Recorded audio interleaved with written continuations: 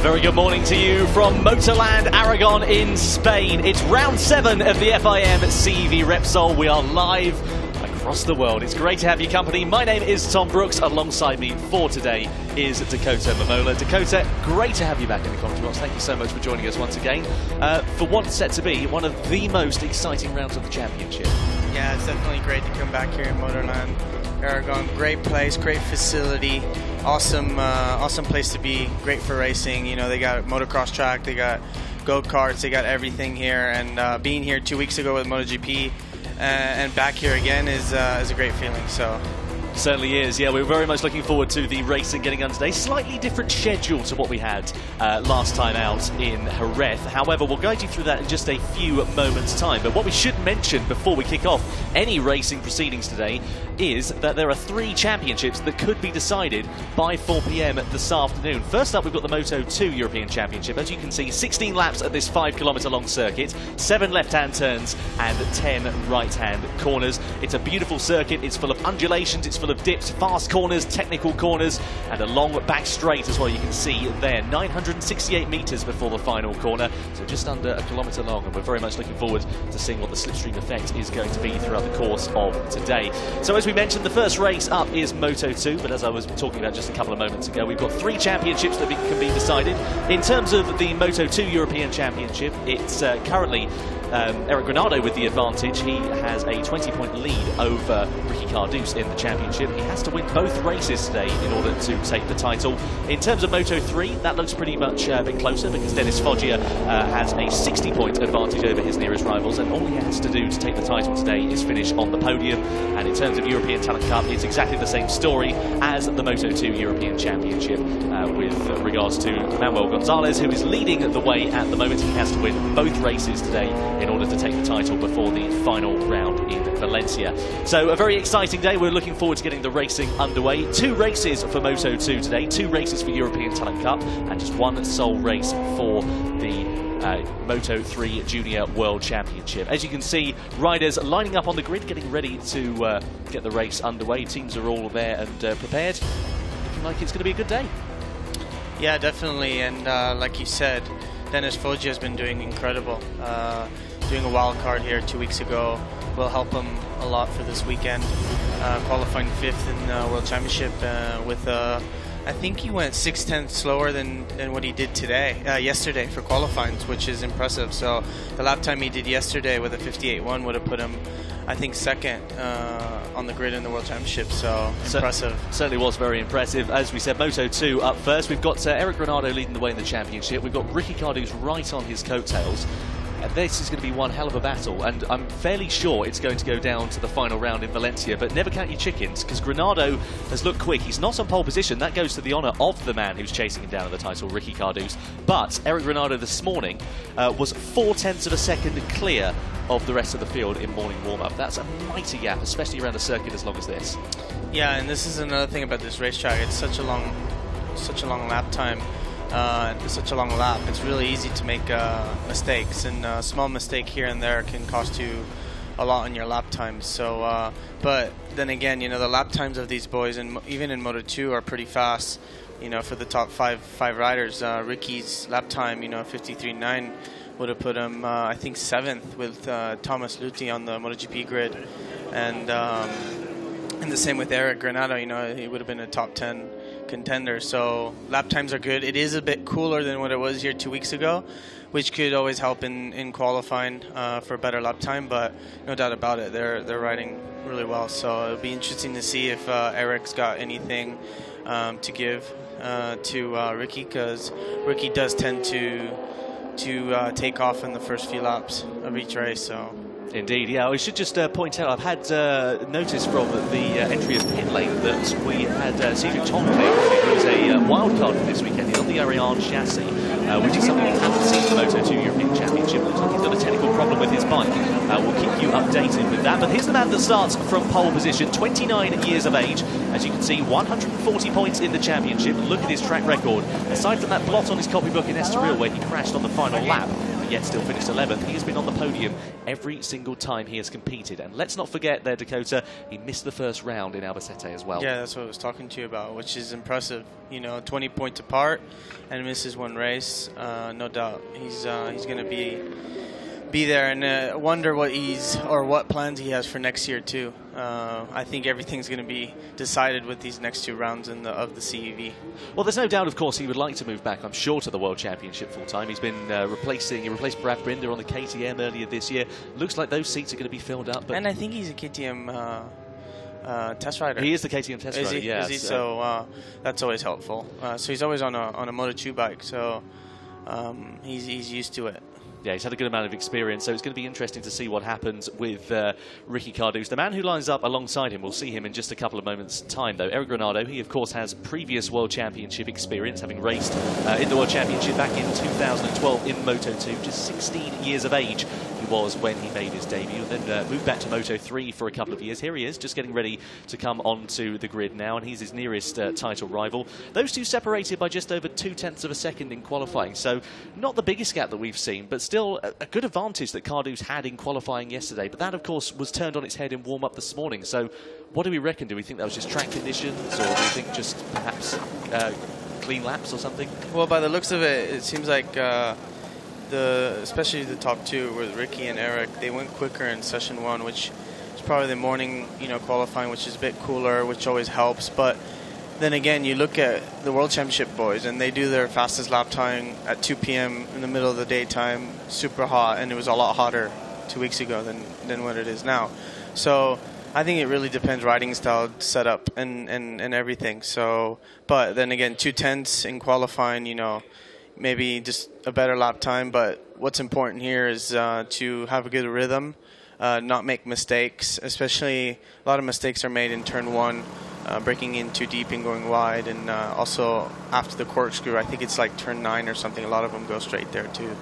Exactly. So Eric Granado, his third front row start. His first front row start, though, is this man, for Joe Roberts, 20 years of age, racing for the AGR team, who he has been competing in the World Championship with up until the last round at Aragon. It was his last event for the team, as they've decided to withdraw their efforts from the World Championship to primarily focus on CEV. And looks like they're reaping rewards here at Aragon. Third position, first front row start for Joe. He's been very quick. He's had podiums throughout the course of the season, and surely it's only a matter of time before he's on the top step. Yeah, I mean, he's there, and I think signing with NTS for next year in the World Championship gave him a bit more confidence on the track and self-esteem. And yeah, he's always been a good rider, even in the US. I'm sure it's going to be a tough but a good learning experience for him in the World Championship. Doing already some races there in the wildcards, and that I think helped him too as a rider, and to get to know a bit more the Moto2 bike. Exactly. We just saw Lukas Tulovic. He starts on the head of the second row in 4th position. Keep an eye out for the 17-year-old. This man, though, lines up alongside him. Like with Joe Roberts, he'll be riding for NTS in the Moto2 World Championship next year as part of a collaboration with RW Racing. 24 years of age, reigning Moto2 European champion Stephen Odendahl. He's mathematically, unfortunately, out of contention for this season. But regardless, he's looking like he's surely going to be on the top step of the podium before the end of the year. But of course, there are only 3 races to go before the end of the year, so anything can happen. But he lines up in the middle of the second row with this man alongside him, Hector Garzo, for the Team Wimu CMS outfit on the Mistral chassis. 19 years old he is, of course, has ridden in the World Championship this year at the Sachsenring, and as you can see on the graphic on the right-hand side of your screen, 4th in the championship. Speaking of Mistral chassis and experience in the World Championship, we're going to bring in Remy Gardner in just a few moments' time, and we're going to talk to him about what it's like to ride here at Aragon in the championship. Yeah, it's great to have him here. And funny enough, me and him were here yesterday riding motocross in the at the motocross track over here in Motorland. So yeah, Remy's actually just signed another year with Tech 3, which is great.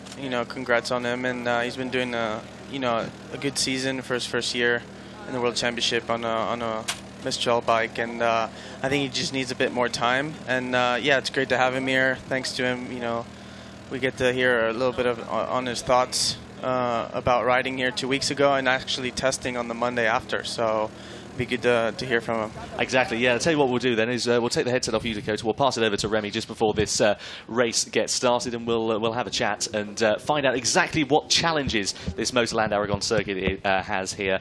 Of course, Remy raced here just 2 weeks ago. Just coming back, we saw Hector Garzo, of course. Federico Fellini lines up at the head of row 3 in 7th place with this man, David Sanchis, on the Easy Race Suter chassis, 19 years of age. As you can see, he's had a bit of a difficult season, few points finishes here and there, but nonetheless, looking like he's making good, solid progress with that Suter. Delighted to say we can now bring in Remy Gardner to the commentary. Remy, morning to you. How are you doing? Yeah, good to be here. Bit sleepy, but all good. Yeah, you're a bit sore today. You've been busy, as Dako said, doing motocross yesterday as well. Yeah, obviously motocross is it's a difficult, what do you say, form of riding, and it's great for your physical. So, yeah, a little bit tired today, but you know, good to be here and good to see all the Moto2 boys out. Absolutely. Well, as we mentioned, of course, you raced here just a few weeks ago on board the Mistral chassis. Tell us about this circuit. What are your thoughts on it? I think it's a great circuit for setting up a bike. You know, it's got all types of corners, fast, slow, hard brakes, you know. So you're really finding the balance between what you need in a bike. So very good track for setting up a bike and testing. And yeah, you really need to get the most out of your bike here to go fast. So great track, and yeah, it looks like the conditions are good today, and yeah, should be a good race. Yeah, not as warm, of course, as we've seen a few weeks ago. It looks like it was pretty scorching then. And yeah, also dealing with the fog as well, right? Yeah, Sunday morning, that was a bit crazy. Yeah, we had all our sessions delayed because yeah, just foggy and we couldn't go out. But yeah, qualifying was quite hot. Yeah, I'd say probably more hot 2 weeks ago. A bit more greasy on the tyres and definitely harder to do a lap time, but still props to these guys for their fast laps, because yeah, it's pretty impressive, to be honest. Yeah, and you were saying, of course, you were testing on the Monday here at Aragón as well. What were conditions like then? What did you try anything new on your bike for the rest of the year, or? Conditions were a bit windy, a little bit cooler, but quite windy. But yeah, we tried a lot of things in the bike, but you know, we still kind of came back to our base setting.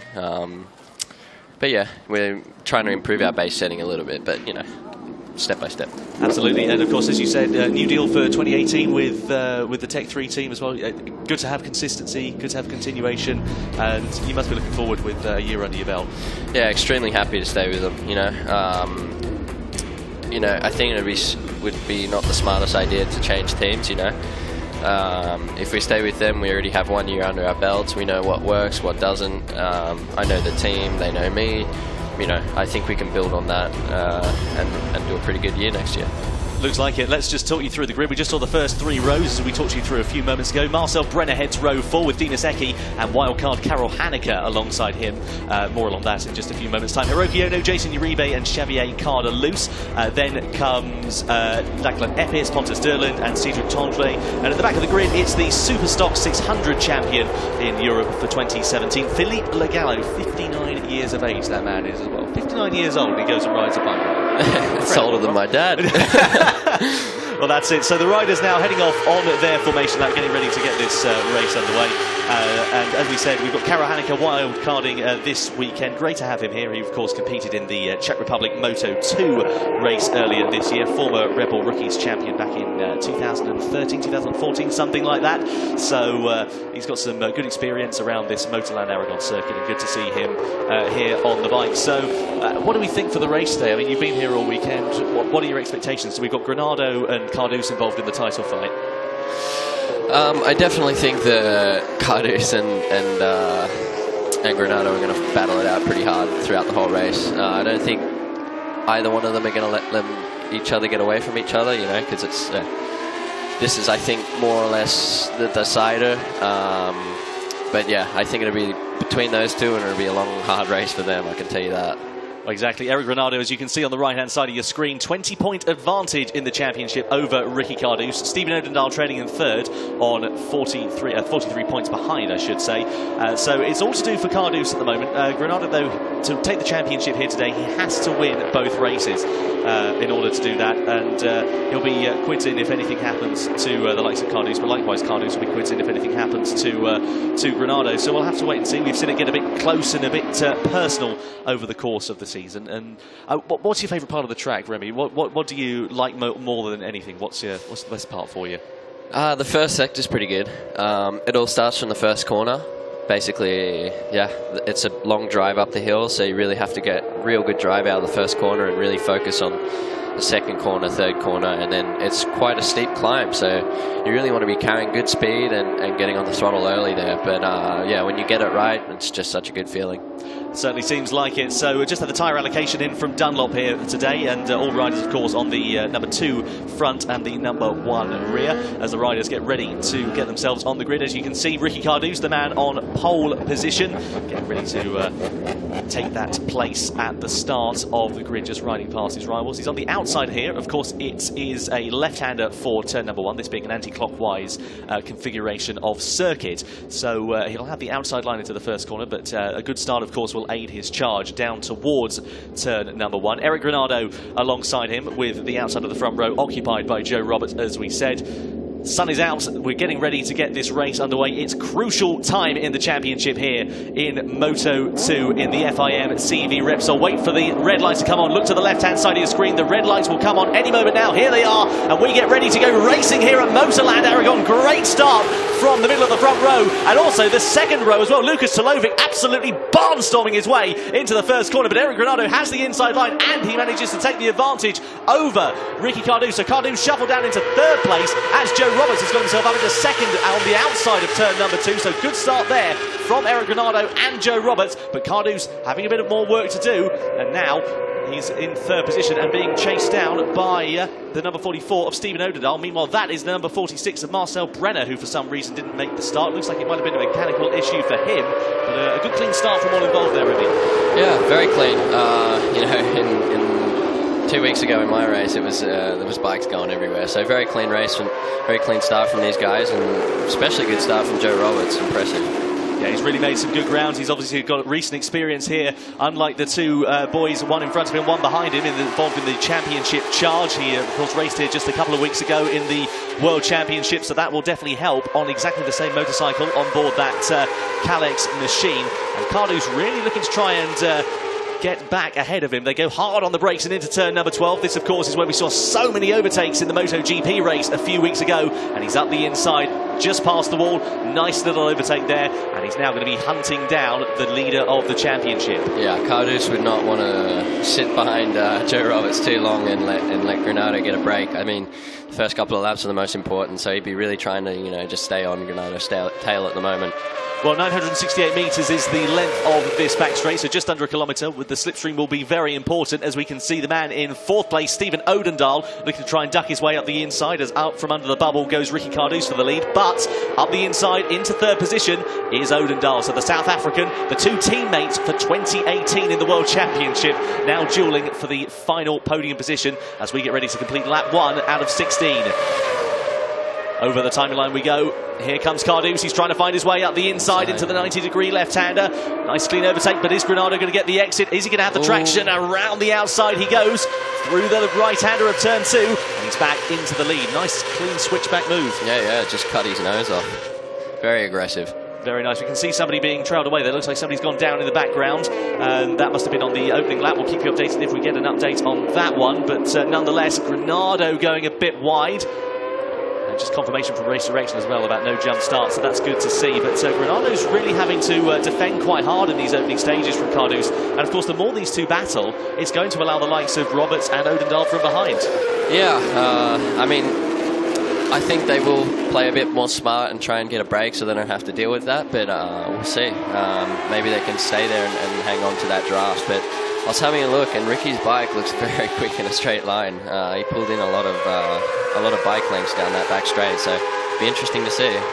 Indeed we will. Over the brow of the hill we go, heading into the left-hander of turn number 12. Up the inside for the lead of the race goes Ricky Cardu's. So 25 points versus 20 in this race. It's going to be crucial for the title. Of course, Granado needs to take both race victories today in the Moto2 European Championship, and if he finishes second, it won't be enough. But meanwhile, the man behind him, Joe Roberts, closing up on the brakes as we go into the left-hander of turn number 15 and onto that back straight. It's going to be anybody's guess who'll be leading as we head into turn number 16. down the back straight we go, and now of course Garzo and also Correntino Polari not too far behind. Here comes Roberts ducking up from under the bubble. Is he going to go into second place? That's a hard corner to pass. Very close. You do not want to be getting in there too hot, trust me. You can see the front end chattering away as he went into that left hand, and we get ready to come over the timing line. It's still at the moment Cardouse with the advantage. Granado's going to have to go towards the outside unless he can find a way up the inside into turn number 1. He does manage to do so. Will he hold the position? Yes, indeed he will. So into the lead of the race goes the Brazilian. So you can really see that back pack just close up as soon as they start to do battle. You really see 4 or 5 riders just real pack up, and you know, it's a recipe for danger, isn't it? When you got a big pack of riders that can see the lead. So, you know, I think they got to be playing a bit more smart at the moment and try and stretch out the group for a bit. But you know, we'll see what happens. Absolutely. Shout out to Dima Zeki, by the way, from 11th on the grid. He's already up into 7th position. Now he's just got ahead of, just battling with Lucas Tolovic at the moment. Meanwhile, Correntino Polari, you can see that the Frenchman on the Transformers machine, a 155.439, the fastest lap of the race so far. That's very good to see from the Frenchman. Of course, he's been racing in World Endurance over the course of the 2017 season. Good to see him back on the motorcycle. And here comes Cardouse once again as we go over the brow of the hill into turn number 12. This is a favourite passing spot, but it's hard on the front end, that corner. Very, especially because it's downhill, and also at the apex of that corner you have a real big bump and there's no way to avoid it. So you really do not want to be going over that with too much brakes. Otherwise, you know, it can be a bit dangerous. But, you know, good passing spot because you can really come up and get behind them out of that long left before that back straight, and you know, get a real good slipstream and just be there. You don't really have to dive on the brakes too hard to pass them. Absolutely, we'll see what happens. Into turn number 16 we go. Cardouse, as you said, that straight line speed advantage really helping, but he runs it wide through the left-hander, and that's going to allow Granado to go up the inside for the lead of the race. So nice bit of overtaking there from Granado. Good opportunistic move, and now he's going to have to be careful as well. They're both going to have to be careful because Odendahl's coming from behind. Ricky back underneath again. Here we go. I'm pretty sure Granado will do the same thing. Chop his nose off. That's the right. Yeah, it sounds like the right turn for me. But Granado fights him back. This is brilliant racing between these two. Absolutely no love lost after their collision at Estoril. And of course, it's crucial for the championship. And Granado, he needs the win, but so does Cardouse to stay in contention. Yes, trust me, they'll be pushing so hard right now to try and.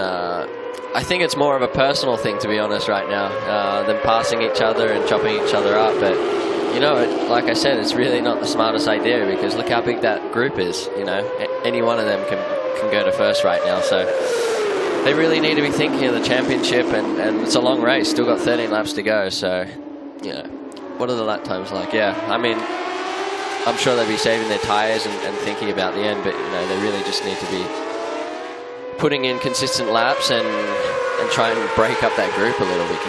You know, how many bikes are we, like 7? Yeah, exactly. 7 bikes involved in the lead thing. Actually 8 with Dima Zeki right at the back of that at the moment. So anything can happen. We saw, of course, in Moto3 at Jerez when we had the 3 leaders crashing into each other at the final corner. If you're involved in the big group, it really helps because you can take advantage. Oh, yeah. That's like Moto3, you know.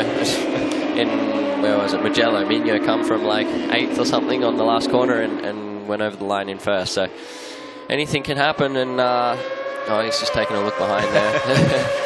Yeah, Cardouse, he's an experienced man. Meanwhile, Odendahl is on the charge on board that NTS machine. He's been trialling out some new things over the last few rounds to get it ready for the World Championship. He wildcarded here at Aragon, and he moves up into 2nd position. So Renado's now going to have some work to do. And this is not what these two need, really, is it? It's not, they don't need Odendahl to come in and spoil the party, but Odendahl wants to come and spoil the party because he wants the best result possible. Well, he's really got nothing to lose, does he? He's not fighting for the championship, so I'm pretty sure he'll be going for the win as well, you know.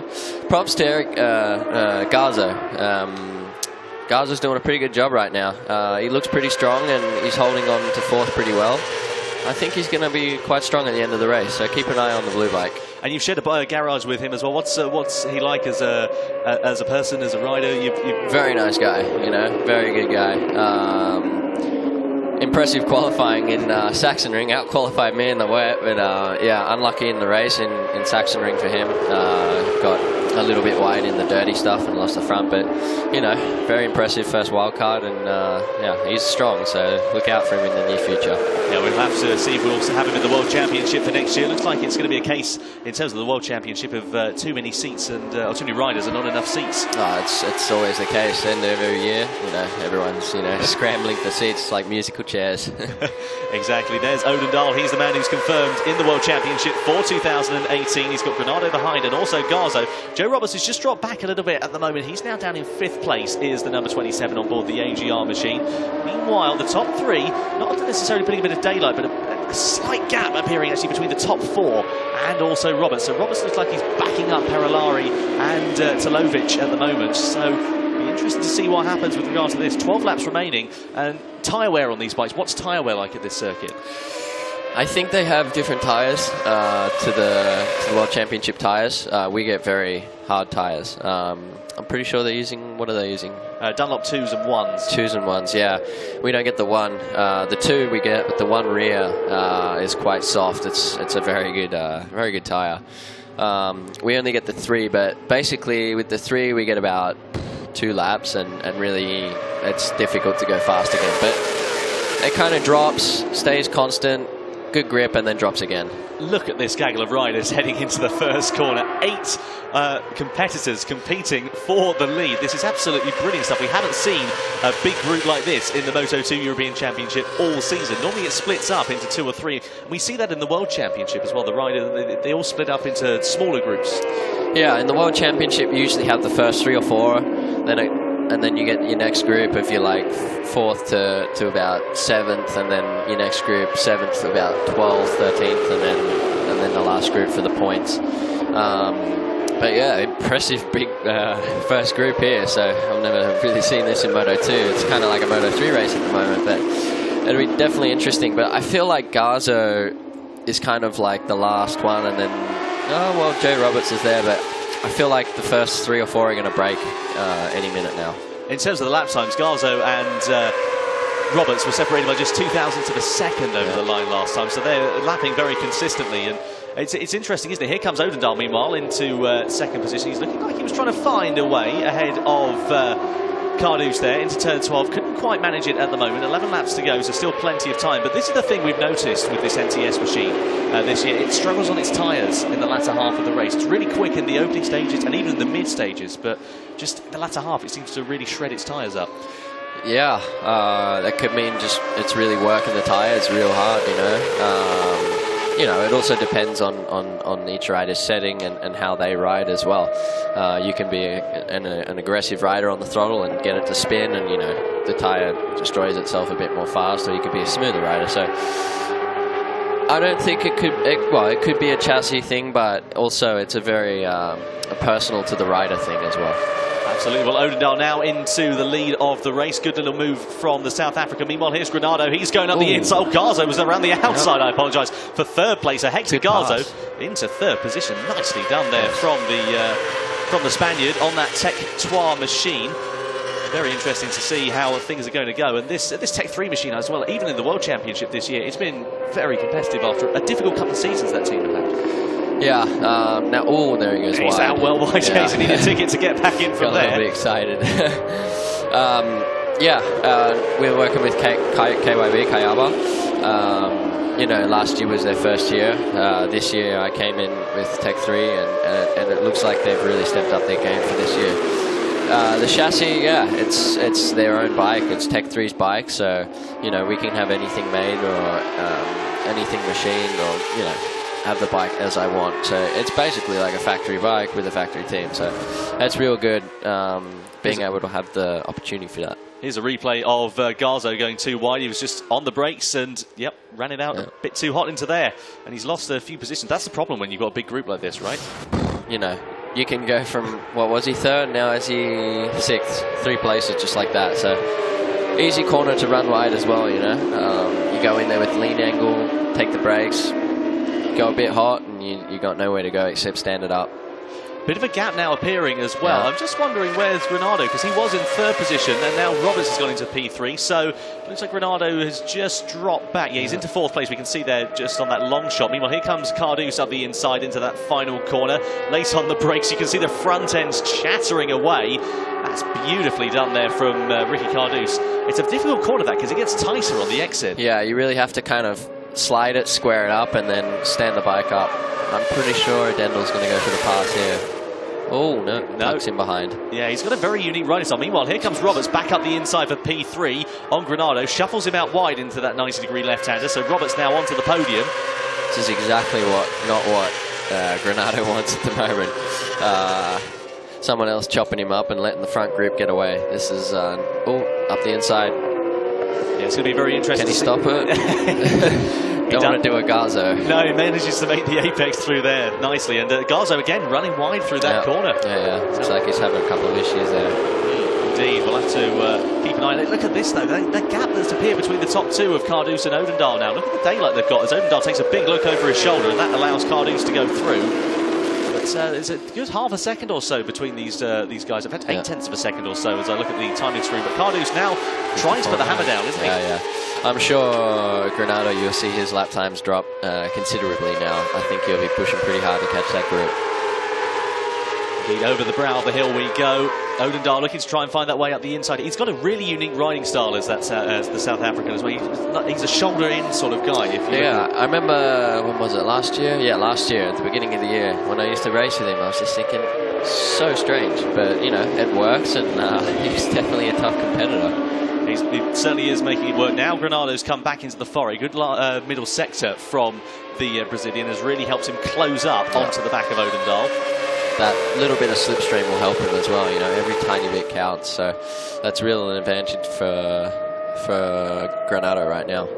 Indeed, hard on the brakes we go. You can see Granado's back end coming out there. They love backing these bikes in as well. This looks like so much fun. Yeah, it can be an advantage as well. You get the bike turn before the corner and really square up corners. Here he comes. Here comes Granado on the outside. So Cardouse is going to go from the lead of the race into 3rd place in the space of a corner. Odendaal into the lead. 54.7, I think, from Granado. Very good. That's the fastest lap of the race we've seen so far. Yeah. So he's really putting the hammer down. And this is a good thing that we've seen with Granado over the course of the season. He's good at managing his tyres. Yeah, he's always strong at the end of the race. It looks like he sometimes drops back, but he manages to pull it back all the time and really put the hammer down and in the last 5 laps, which is a very strong trait of a rider. It is indeed. So into the right-hander we go. And Odendaal now still leading the way at the moment. Meanwhile, a bit further back, Garzo's in 4th place, still being harried by, in fact, no, he's in 5th place as Roberts has managed to get ahead over the last couple of corners. So it's Joe Roberts now into P4, Garzo into P5, and then Lucas Tulovic into 6th position at the moment. So interesting set of circumstances there between those guys. Bit of a battle of honour, and I have to say Roberts has been mightily impressive this year. First ever year in the Moto2 European Championship, comes into the World Championship 10th on his debut, aided by the weather of course, but nonetheless. Yeah, his debut, well, he was racing me in that race. I remember in Brno, wet race, and 6-lap race I think it was, or something crazy like that. We just put the hammer down. He followed me through all the way and managed to beat him to the line, but yeah, he's very fast in the wet, so if it rains, look out. This is a thing we've noticed as well, is that he's a former dirt track rider. Especially, must be something Australian as well, because you guys are really quick in the wet. Yeah, I also used to race dirt track. I'm an Australian dirt track champion, so I was actually not very good in the wet before. I've not really been very good and had no confidence. It's only this year I've kind of just had to ride in it because of all the conditions this year, and I've really built up my confidence, which is good. Certainly is. Over the timeline we go. You can see there, lap 7, group of 3 at the bottom of your picture there. That's what it means, G3. And still this group really battling. Here comes Garzo, though, and Roberts. This is going to be a battle to the end of the race, isn't it? Yeah, and, they're losing that group. I think they're 1 second now. I think that group's going to break away, and it'll be a pretty good race for the top 3 in the end. Garzo looking good there in the middle of that little gaggle at the moment. They're going to have to be careful, though, because they've got Perolari behind and also Dimas Eki as well. Eki made that really good start. He was up into 8th place, but he stayed there over the course of the last 5 or 6 laps, so he hasn't really made any inroads as Roberts is out well wide. That's going to allow Garzo a bit of a move, surely, to get a better exit. Indeed it does, and it also allows Tulovic into the frame. Yeah, I'd like to see what Garzo can do now. Maybe he can close up the gap or not. Be good to see. I'll have to wait and see what happens. The top three, this is looking very good for these guys at the moment. Still Odendahl leading the way, but Hector Garzo really very, very impressive. Over the brow of the hill we go. I have to say, the only experience I've had of this circuit is on the MotoGP video game, right? Even that circuit on the cockpit camera, even that corner looks so scary because you can't see anything. Yeah, well, you kind of come over a brow and you're kind of looking for the 100-meter mark, and you kind of just look for that braking point. But yeah, you don't see the apex when you start braking, and you start to slide outwards towards the outside of the track. So it's a tricky corner, but when you get it right, ooh, feels good. I can well imagine. Garzo now, though, as you said there, Remy, he's really putting some daylight in between himself and Roberts at the moment. So 7 laps to go. This isn't over. No. This is when you kind of see the riders put their fastest lap times down. When a group's broken away, you're at the front of the next group. You really... that was a cheeky move from Cardis, wasn't it? It's you lose a lot of drive going onto that back straight when you try and make a move like that, you know. So yeah, a little gap between Odendahl and then. Yeah, he's managed to make a bit more of an advantage. Odendahl's really pushing the hammer down now, and he wants that first victory. That team would love to have a victory under their belt, wouldn't they, before they go into the World Championship? Yeah, that would be a real confidence booster for next year. I was actually talking to the bosses yesterday, and they said they were actually going to try something today, and they didn't know if it was going to work. And I didn't hear anything after warm-up, but it looks like in the race it's definitely working. Well, this is the time when we would expect Odendahl's his sort of pace, as we should say, to sort of drop off, because this is what we've seen over the course of the season. But he's hanging on in there, and as you just saw in the graphic a few moments ago, fastest lap of the entire race last time around. So no problems at all with that NTS chassis and its tyre wear at this stage.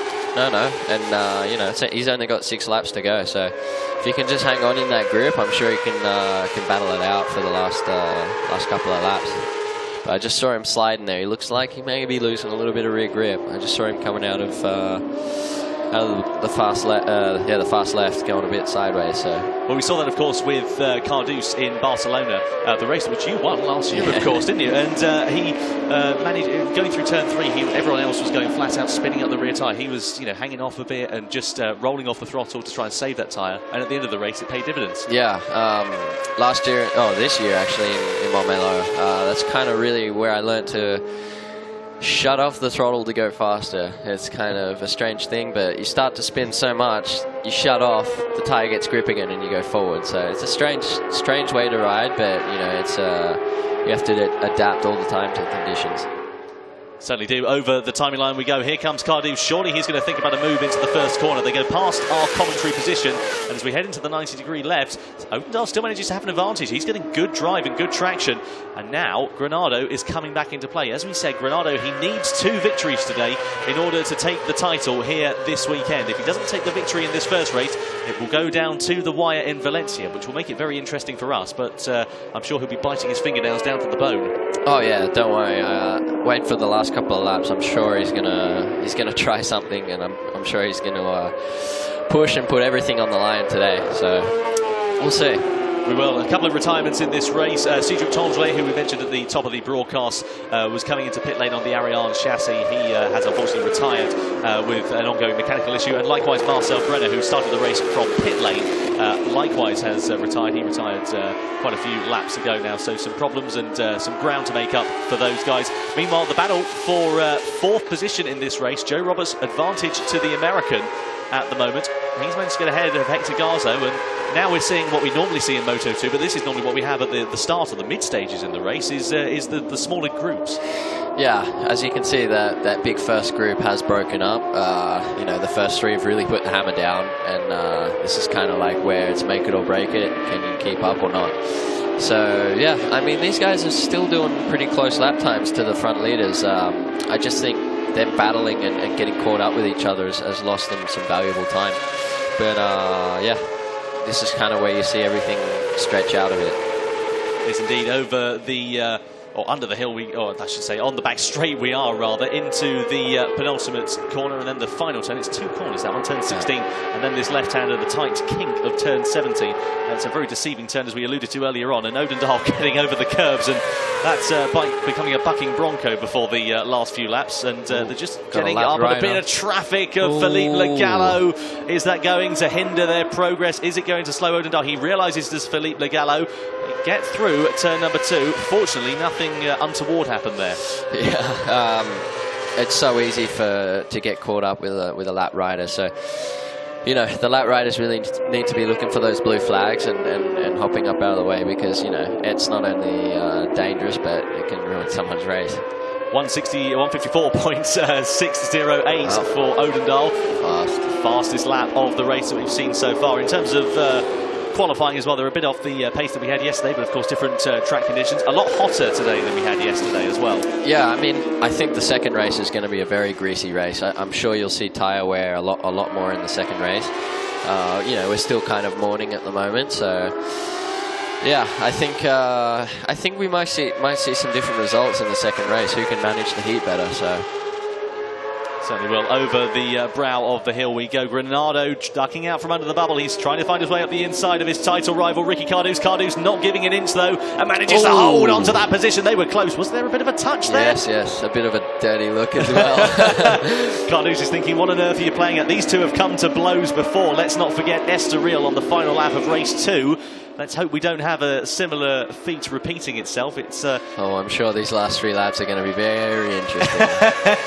It's all playing into the hands of Odendahl, though. Yeah, as you can see, he's pulling away, and these two fighting is not helping each other. So I think they really need to be catching up to Odendahl and then fight it out. But, you know, it's personal, I guess, out there. So we'll see. He's going to be in contention for his first ever victory is Stephen Odendahl, but Cardouz and Garzo from behind, I should say, Granado from behind, trying to find the way through. Here's their replay of that incident again. So let's see. Cardouz holding the outside line. Oh, it was close. Was there a bit of a touch? It was a little bit of a touch, yeah. That was exactly a similar incident to what we saw with Marquez and Pedrosa a few years ago, do you remember? Yes, and he broke the... was it the rear wheel sensor and lost traction control? Yeah, and then massive high side, wasn't it? Very big high side. Huge crash. So 3 laps now remaining, or nearly 2.5 actually, and Odendahl with the advantage at the moment. It's crunch time though in terms of the championship. At the moment, it's not going to be enough for Granado to take the title here this weekend. He's going to have to push very hard and dispose of Cardouz and then the reigning European champion Odendahl at the moment. So a good amount of pedigree and a very difficult uphill struggle. Yeah, I think he's going to have a hard time. One is that he's got Ricky between first and second, so he's got to get past Ricky without Ricky trying to make a move back on him. And then getting past Odendahl, so he's got, a pretty big challenge. All right, they come down to this corner. A bit of a duck and look at that wobble on the front end from Granado. Pushing it a bit hot there. You mentioned about that bump on the corner entry. Yeah, it kind of looked like he ran out of stroke on his suspension, to be honest, and got all the wobbles up on the front. But he seems to have saved it, and he's there, and he'll have a good slipstream going on to this back straight. Well, we saw, of course, in Moto3 last time out in the World Championship with the slipstream really coming into effect on the last lap. It's certainly paying dividends in terms of Moto2. Here comes Cardouz, dunks out from under the bubble. It's all going on further behind as well, as you saw in that long shot, as Garzo, Roberts, Tulovic and Eki are all battling for the top 4 at the moment. Meanwhile, over the timeline we go. 2 laps now remaining. This is where it's going to count, though. You can see there the team willing Odendahl on. Still that group of 3 at the moment. They want that first victory. And you know that Japanese run outfit, it will be a euphoric feeling for them. Yes. You know, it'd be good to see them win a race. You know, it's good to see up-and-coming manufacturers. It gives a bit more, makes the class a bit more diverse, you know? You don't just have Calix, and well, now you got Suter and Speed Up, you know, they're pretty impressive as well. So it'd be good next year, and especially for 2019 with the Triumph, I'm sure there'll be a lot more manufacturers coming in, and it'd be good to see. Yeah, we're so excited to see Triumph. There is a few rumours going around the paddock that we're going to have a Triumph engine bike in Moto2 next year. Yeah, I've heard that rumour. Maybe CEV Triumph, so it'd be good development class. We'll have to keep you updated on that news as it develops. We might have a clearer idea of the picture in the final round in Valencia. Meanwhile, you can see the lap time comparison there. Odendaal just a fraction slower than Cardouse, and this is Cardous's favourite passing spot. He's thinking about it, but just not close enough. Perhaps just doing a dummy run? Yeah, could be sizing him up, you know, or maybe just... Odendaal looks pretty strong on the brakes, to be honest. It looks like Ricky's having a hard time trying to pass him, so it'd be good to see in the last lap and see if he can dive bomb him somewhere, but, you know, you don't want to overshoot anywhere because you'd be back to third position. You certainly don't. Down the back straight we come for the penultimate time of asking here at Motorland Aragon. Seems like it goes on forever on that straight, doesn't it? It's a very long straight and downhill, so very, very fast straight, and you arrive to that last corner, and you do. It's very easy to overshoot, and if you overshoot, you're in trouble. The Exactly, yeah. You're heading straight into the centre of Alcaniers. Last lap then of the Moto2 European Championship. At the moment, Odendaal leads the way. Cardouse from behind, trying to take the advantage. He's fighting for his chance in the championship, and the man in third place, he leads the title. He needs to take the win in order to keep himself in with a chance of winning the championship here today. If not, it will go down to the final race in Valencia. Just one race for those guys at the finale, and it's real crunch time now. Into the left-hander of turn number 5 we go. A very exciting part of the lap. It's hard on the front end, it's into the left, then it's into the right-hander. I'm sure Granado is counting on Ricky trying to make a pass and going a little bit wide and maybe taking advantage of that. So playing the long game. Oh, but he's got to be making a move soon, I know that. The reverse corkscrew at the moment. Odendaal with the advantage, but Cardouse really closing up on the brakes there. Oh, look at that. He's really pushing very hard, is the 29-year-old. He wants this race victory. He needs it to keep him in with a chance of taking the championship. Currently 20 points between Granado and Cardouse at the moment. Over the brow of the hill. This is where we're going to see the move. Surely, here we go with Cardouse. He's up the inside into turn number 12. Is he going to run it too hot, though? He's going to find the traction into the left-hander, and then here comes Granado as well. I thought he was going to find his way up the inside, but it is advantage Ricky Cardouse as we go down the hill, hard on the brakes into the right-hander, then the left, and onto the 968-metre-long back straight. At the moment, it's Cardouse, and look at that exit, look at the drive. He's played that very, very smart. Beautiful stuff from Ricky Cardouse, timing it to perfection. The NTS team will be in disbelief at the moment. It looks like they were in contention for the victory right up until 3 corners before the end of the lap, but it is going to surely, unless there's a mistake at the final corner, go the way of Ricky Cardouse. Out of turn number 17 we go here in the Moto2 European Championship. It's Cardouce's victory. Granado takes second place. Odendaal takes second place. Granado holds on to third place. This battle for fourth place still goes on.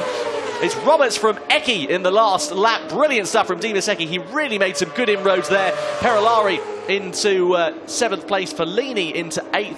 And then Sanchez into 9th. So good racing all round in the Moto2 European Championship. Over the timing line we go. Lucas Tolovic is in 10th place as he came over the timing line. So he really lost out on that last lap. Yeah, he's made a mistake or something. Unfortunate there for the German rider, but nonetheless, Ricky Cardouse did exactly what he needs to do to keep himself in with that championship charge. And the championship at the moment is going to be very, very interesting between Granado and Cardouse, because of course 9 more points on the board for Ricky Cardouse in that race. A brilliant race victory, and just timed that so well. Very, very intelligent racing. You know, he knew he had Eric behind him, and he's waited till the last lap to get past Steven, and you know, he's put Steven between him and Granado, and it's really paid off for him. So very intelligent racing from Ricky, and you know, congrats to him. Beautiful stuff. And great for the championship. Definitely is. Big shame not to have the first win for Odendaal. I don't think he can quite believe it as well. Good to see that Roberts and him are getting on pretty well, though. I mean, it's kind of useful, really, given they're going to be showing the same carriage next year. Yeah. I don't know if they're getting on or going off at each other. Hopefully it'll all be okay. The championship lead, though, we should say, is now whittled down to just 9 points between Granado and Cardouse. 176 points for Granado, 165 for Ricky Cardouse. So Cardouse could, if the race two number two goes his way this afternoon, he could well be leading the championship heading into the final round. That would be so. The championship will go to Valencia. Certainly will do. That's one thing we know for certain now. And brilliant racing though, Ricky Cardouse. What a way to do it. As you can see there, 30 minutes and 46 seconds. Average speed of 158.3 kilometers an hour on board that Team Styler bike Kalex. Bear in mind, he missed the first round, of course, in Albacete as well. Just makes it ever more impressive. There's Stephen Odendaal, the South African, 24 years of age he is. Which, it's amazing, really. He's still only 24 years of age because he's been in motorcycle racing in terms of the world and European championships for such a long time. Yes, he did a year in the World Championship. 2013, yeah, with AGR actually back in the day, and then came back to the European Championship and has really earned his keep whilst he's been here. Yeah, definitely. He's been a strong runner ever since, so definitely deserves his ride next year in the World Championship. Manages to hold on to that brilliant title once more. There we go. Congratulations all round for Ricky Cardouse from the man we were just referring to, Stephen Odendaal. And as we said, exactly what he needed to do to keep himself in with the chance of winning that championship. And the Styler bike outfit very pleased with that result. Here are the final classification results then. So Ricky Cardouse takes the victory here at Motorland Aragón in race number 1 of the Moto2 European Championship from Odendaal and Granado. Joe Roberts, a brilliant 4th place, just a couple of tenths ahead of the Indonesian rider Dimas Eki. Hector Garzo in 6th, Corentin Polari 7th, Federico Fellini, great result for him. He'll be in the World Championship next year also, finishing in 8th place with David Sanchis in 9th place, the first suitor home. Then it's Lucas Tulovic, Hiroki Ono in 11th place, Jason Uribe in 12th, Xavier Cardelus in 13th, Karo Haneke, the wild card, quiet race for him, but a couple of points on the board in 14th place. And then the Australian rider, Lachlan Epis, former World Supersport man, in 15th place. Pontus Derlin, 16th, Philippe Legallo, the stock rider, finishing in 2nd place, in 17th place. And then, as we said, Marcel Brenner, unfortunately failing to finish that, as well as Cedric Tangre.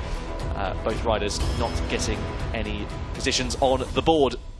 But great stuff here at Motorland Aragón. Brilliant racing as well. Really, really superb. Yeah, the whole race was a nail biter. You know, the first 10 laps were great. Had a big group up the front, and then you really saw, you know, where the riders can really shine and pull away those groups. Let's go down to Dakota. He's in Parc Ferme with the race winner, Ricky Cardouse.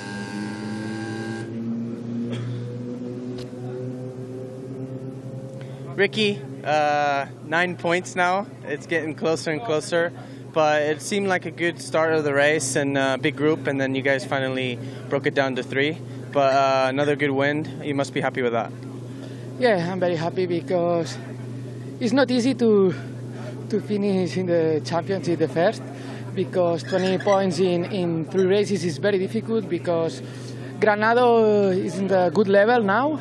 And for him is not easy, but it's not too much difficult to finish 2nd and 3.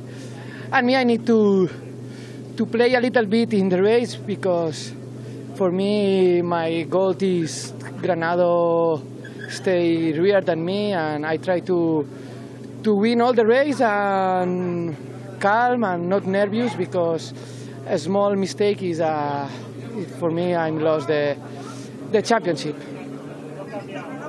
Now in Spanish, please. Sí, para mí no es fácil recortar 20 puntos en 3 carreras. Granado está en un estado de forma muy fuerte y para él no es fácil, pero no es muy difícil, ¿no?, acabar en el podium. Entonces tenemos que intentar ganarlo todo y que él no se enganche detrás mío. Y bueno, ahora la siguiente carrera tengo que salir y darlo todo, escaparme y ya está. Gracias, Ricky. Well, he thinks the championship is all but over now, does Ricky Cardouse. Here's some highlights, though, of the race.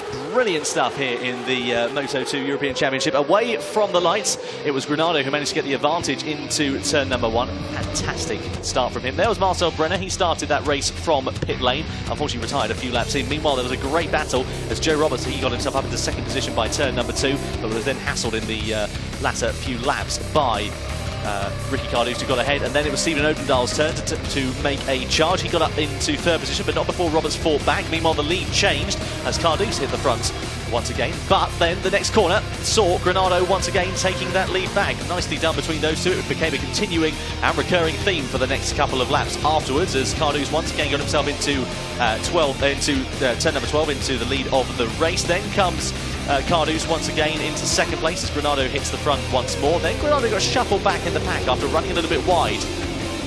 Speaking of running wide, likewise did Hector Garzo. He lost 3 positions in the space of 100 metres or so. Running wide at turn number 6. Over the timing line we went as Odendaal led the way. He hit the front for the first time on board the NTS chassis, coming from Granado, and then Cardouz. Brilliant stuff from those guys. Then it was a cheeky move up the inside onto the back straight from Cardouz, but a couple of laps later Granado gave it as good as he got. Around the outside there was a bit of a touch between both of those riders. No love lost between the Spaniard and the Brazilian. Over the timing line we went with 2 laps remaining. It looked like it would be Odendaal's race to lose, and so it turned out to be. The final lap, a beautifully executed move from the man trying to hold on to the title. Ricky Cardouz coming over the timeline to take victory here in the FIM CEV Repsol in Moto2. Exactly what he needed to do to hold on to that charge in the championship. Joe Roberts, a brilliant 4th place. Dimas Eki, the Indonesian rider, coming home in 5th position. Great stuff from the 29-year-old. A great race on board that Kalex, working very well indeed. And now we get ready for the podium as Eric Granado takes 3rd place. Stephen Odendaal for the NTS team in 2nd position, and then the man on the top step, 29-year-old Ricky Cardouz for Team Styler Bike, and the man you can see on the right-hand side is Lachlan Epis, the Australian Superstock winner of that race. So nicely done from Lachlan. Trophy being presented to the teams. Great team, Team Styler Bike. They were out at dinner at the same restaurant as us last night. It looked like they were having a pretty good time of it as well. There's Lachlan Epis presented with his trophy, as we said, former Supersport rider, Australian National Supersport Moto3 champion, I should say, as well. Then comes Eric Granado. He's presented with his trophy. It will be after the handshakes are all done. He doesn't look too displeased there with 3rd place. Well, I mean, he's still in the championship now. He did his best, and you know, I think he knows that Ricky played a very smart race. So I'm sure he'll be learning from that. And race 2, I think, should be a bit different, especially with the hotter conditions this afternoon, and it'll be good to see. Another podium for the NTS team and Stephen Odendaal, adding to their many of the trophy cabinet. But the man on the top step, as you can see, delighted with that, Ricky Cardouz. Beautiful trophy there as well, a map of the Aragón circuit. Fantastic stuff here in the FIM CEV Repsol. He's presented with a check for some petrol as well, very nicely done. So some free fuel in his car or motorcycle, whatever he chooses. I know he likes a bit of dirt track because of his brother Ferran, so probably go in the dirt bike. Now we wait for the Spanish national anthem.